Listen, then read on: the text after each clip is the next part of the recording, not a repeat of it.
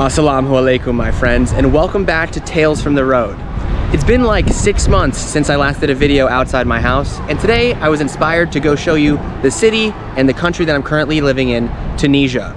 I'm here on the beautiful La Marsa Corniche, a beautiful entrance to the Mediterranean, the seafaring nation of Tunisia, the Cartheginian Republic. There's a lot going on here. So today we're going to talk about what's going on in Tunisia. We're going to head into the city center, the old Medina, to show you all the beautiful culture and interesting things happening in this country that I've definitely fallen in love with. If that sounds good, let's do it.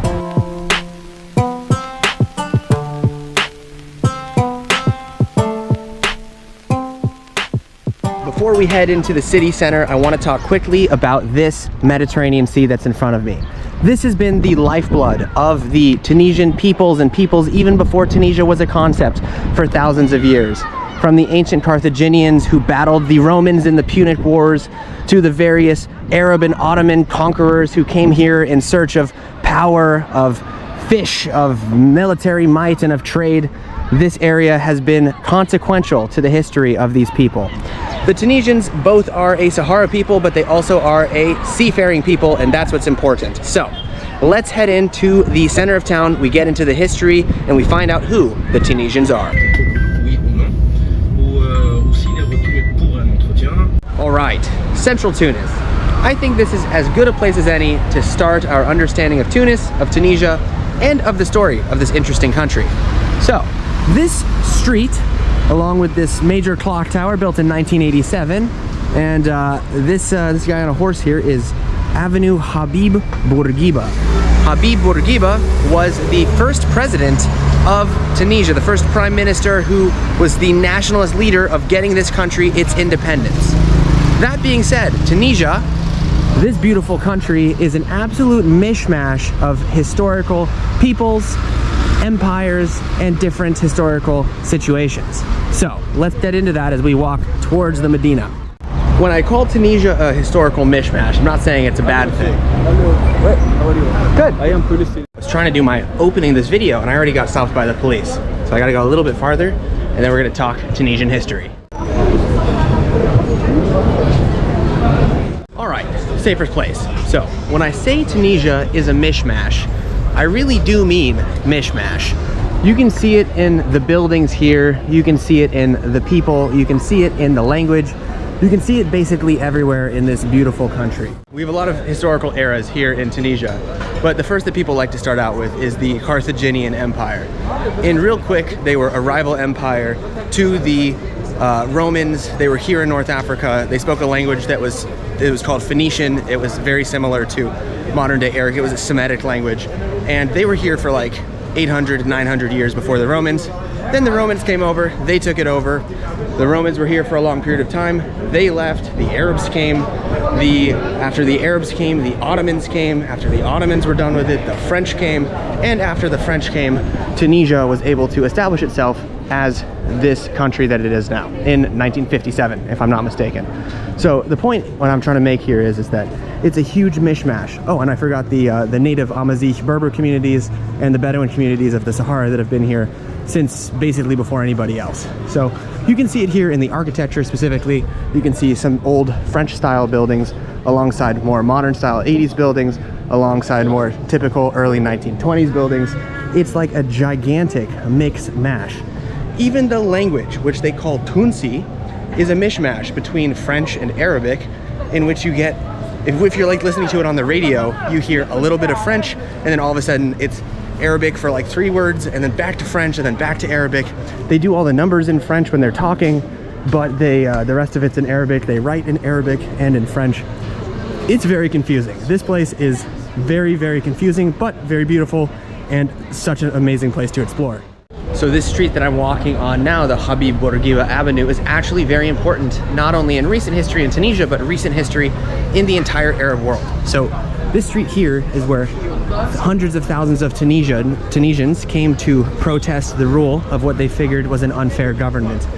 They did this through the means of subjugation, through social media. They did this through means of community organization, and they were able to overthrow a president that they really didn't like. And this started what we call today as the Arab Spring. Wow, look at this building. Woo, it's a good one. Big mix of architecture. So, the Arab Spring was when the North Africa and Arab world went into complete upheaval. The Tunisians got rid of their president. The Libyans overthrew Gaddafi. The Egyptians overthrew their dictator at the time. And this sent a shockwave in the Arab world. And that all started here on the street. And even here today, if you're looking down the street, they still have military outposts. They still have left up all of the barricades. They've left up all of the things just in case the people decide to rise up again, as there's high inflation today in Tunisia, and the situation that was happening in 2013 might be butting its ugly head again. If you stand here in the center of the road, you can really see the scale of this street. The clock tower is all the way down there. And then here you have lined a lot of these older French style buildings of what they're calling the Champs-Élysées of Tunisia. Basically every city that the French were in have a Champs-Élysées reference, and not super creative, but what you can see here is, I'm not sure if I can put my camera on it, is a military outpost that remains right next to the French embassy, which is right where I used to live when I was living here in the city center. So here, for example, you have the military center, you have the old church that the French put in the late 1800s, and you have a statue to Ibn Khaldun, who was a Muslim philosopher in the early 1400s. So it's an interesting mishmash of all the things current, postmodern, and of course present. When you come to Tunis, you'll find a lot of this cool new and old. I love this old tobacco outpost from, like, I don't know, it looks like the early 19th century. You'll also notice a lot of different people walking around, both people who are quite conservative, people who are a little bit more modern, and then the younger generation is a big difference. Maybe this is an awesome thing. This guy wearing the old traditional clothing, and then you have like 3 modern Tunisian girls walking in front of me. It's a big mix. You really have everything here. So whenever you go to any sort of old city, Medina, if you have it in a North African or Arabic country, it starts with a bab. A bab is a great door, the old entrance to the old city, and typically they have it in either direction, so it'll be like south door, east door, whatever, or they'll have it in the name of the holy cities of Islam, sometimes the door to Mecca, the door to Medina, the door to wherever you have it. So we're gonna go through the bab and we're gonna get in there. So as I'm walking through a pretty chaotic scene here at the front of the Medina, a good question that people ask me is, Tunisia safe? Now, Tunisia notoriously had a terrorist attack at a tourist hotel, I think like 8 or 9 years ago, and it really has stained the reputation of Tunisia ever since, unfortunately. Tourism here is down quite a bit. It used to be a good competitor to Morocco because they have the beautiful Mediterranean coast, people coming to resorts and all that good stuff. But unfortunately, the tourism has not returned, and the Tunisian sort of tourism industry is definitely in a tough place.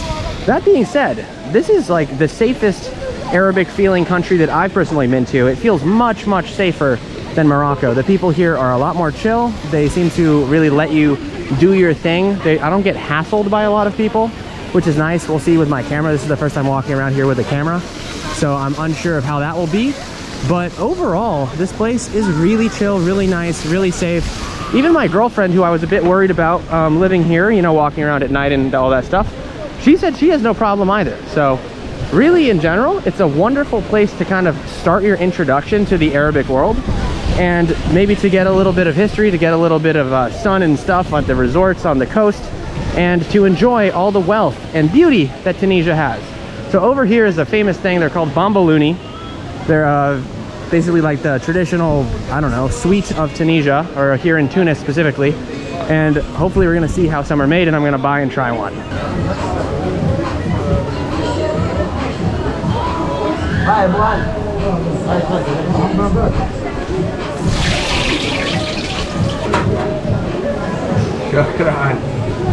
So, nothing super complicated here. You've got fried dough, which is super common in every country, in a circle. They call it the bomboloni, and then they top it with a nice sugar crust.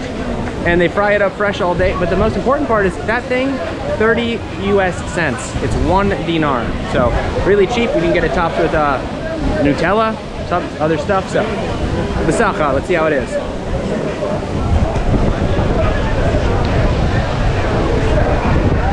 Oily, sweet, Nice crunchy sugar.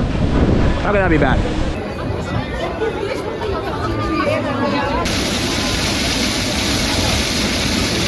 So now we get into the Medina and we can walk the old streets of Tunisia's past. The nice part about this Medina is people here are really chill, really relaxed. They just kind of let you do your thing. In Morocco, people would be pulling you, grabbing you, asking you to pay something. Maybe if you take a photo, it's like really aggressive. Here, nothing like that. Also the cool part of this Medina is they have this touristy part where, you know, you can of course buy like your tourist goods. You can buy pretty much whatever you want. Not a big deal. You know, they have really nice like handmade bags and shoes and all this stuff. The typical Northern African stuff. But if you go down just a couple streets from here, you can find really, really hyper local streets, people, mosques, like vibes. And it's cool that there's both. It's not just a tourist destination, it's also a place where people live and then have been living for the last 500 to 600 years in the city of so much change.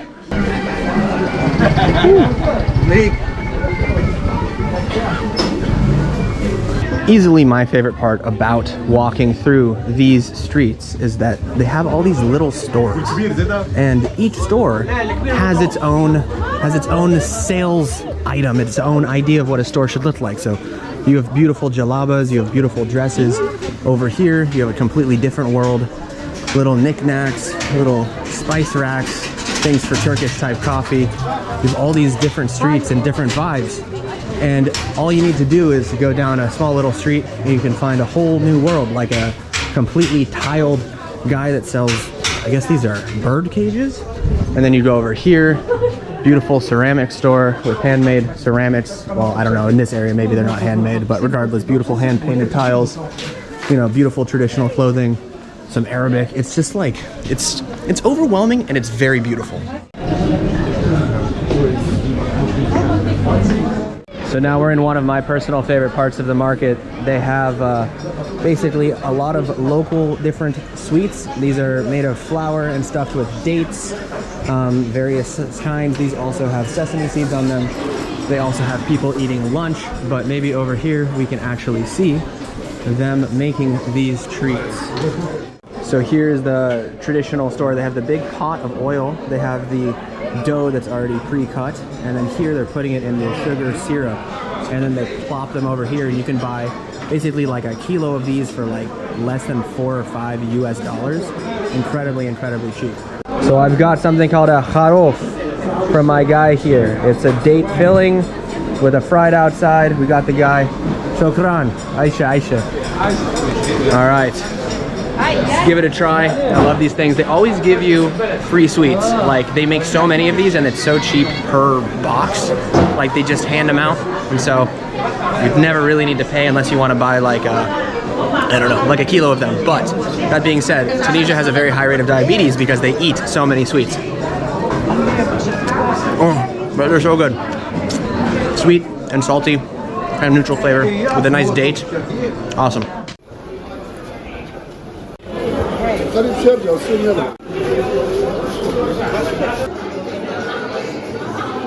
Behind me, in the center of the Medina, is the central mosque of Tunis called the Zaytouna Mosque. Zaytoun, it means olive. So we have the beautiful large mosque, and they have a huge courtyard on the inside.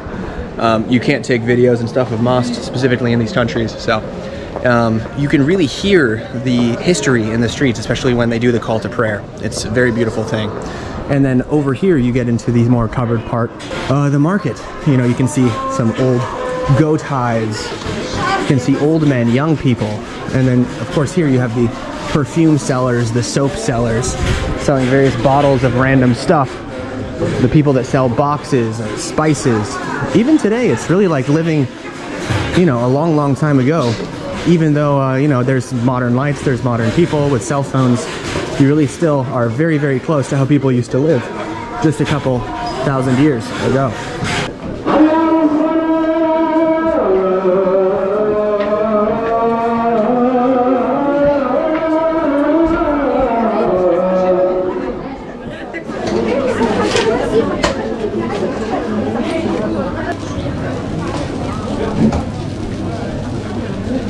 I'm sitting on this amazing little food street just tucked behind the second major mosque over here, and I've ordered something called kefteji, which is one of the national plates of Tunisia.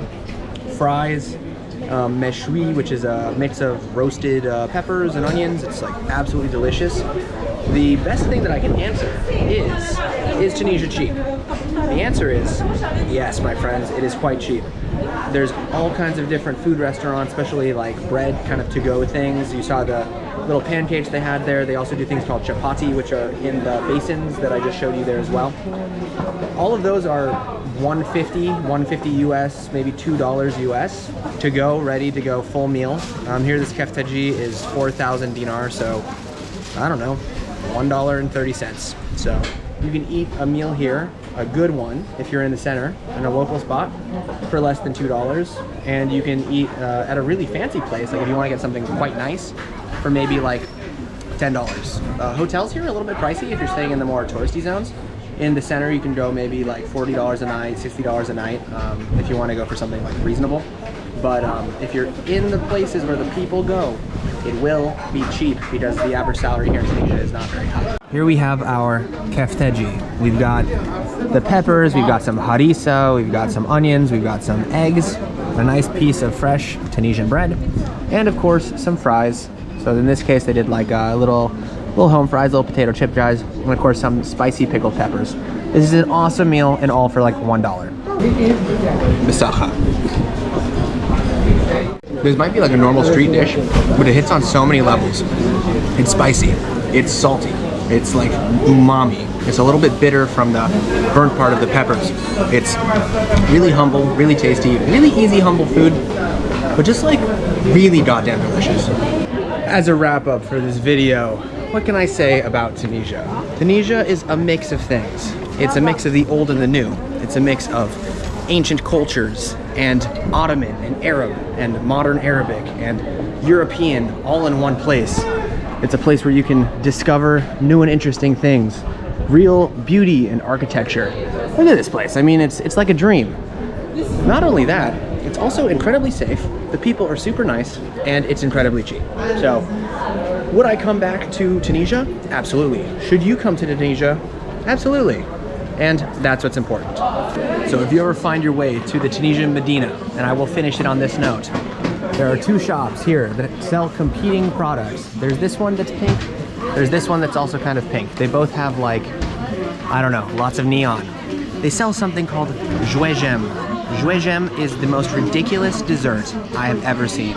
It's the epitome of, I want diabetes by the time I'm 30. And I love it. Cookies, chocolate, yogurt, nuts, like fruits, it's just everything. It's just unbelievable. So, Bisacha, thank you Tunisia.